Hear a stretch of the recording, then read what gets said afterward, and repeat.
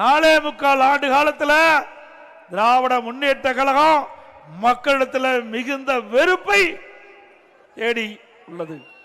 மிகுந்த வெறுப்புக்கு ஆளாகி இருக்கிறது இந்த அரசாங்கம். எங்க பார்த்தாலும் லஞ்சம், சட்ட ஒழுங்கு அடியோடு சீர்குலைவு, எங்க பார்த்தாலும் கொலை, கொள்ளை, திருட்டு, வழிப்பறிவு, பாலியல் சீண்டல்.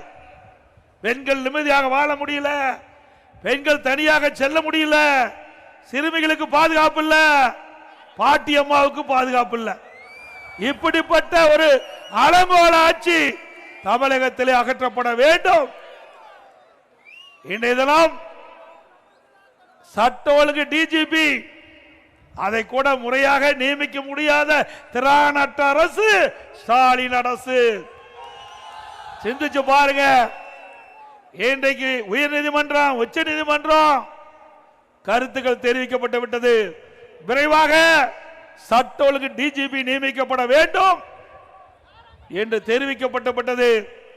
இதுல யுபிஎஸ்சி இன்றைக்கு அதன் மூலமாக தேர்வு செய்யப்பட வேண்டும்.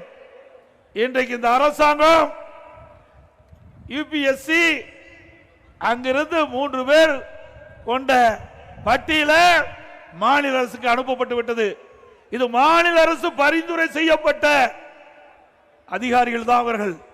இவர்கள் பரிந்துரை செய்யப்பட்ட இந்த அதிகாரிகளை யுபிஎஸ்சி அதில் 3 பேர் தேர்வு செஞ்சு மாநில அரசுக்கு அனுப்பிச்சிருக்குது. இதுவரைக்கும் டிஜிபி நியமிக்க முடியல. அதுக்கு காரணம் இவர்களுக்கு ஜால்ரா போடுற டிஜிபி கிடைக்கல. ஜால்ரா போடுற டிஜிபி கிடைக்கல. ஒரு நல்ல டிஜிபி, திறமையான டிஜிபி வந்தா தான் சட்ட ஒழுங்கு பாதுகாக்க முடியும். சட்ட ஒழுங்கு பாதுகாக்கக்கூடிய டிஜிபிய இந்த அரசு இதுவரை நியமிக்கப்படல.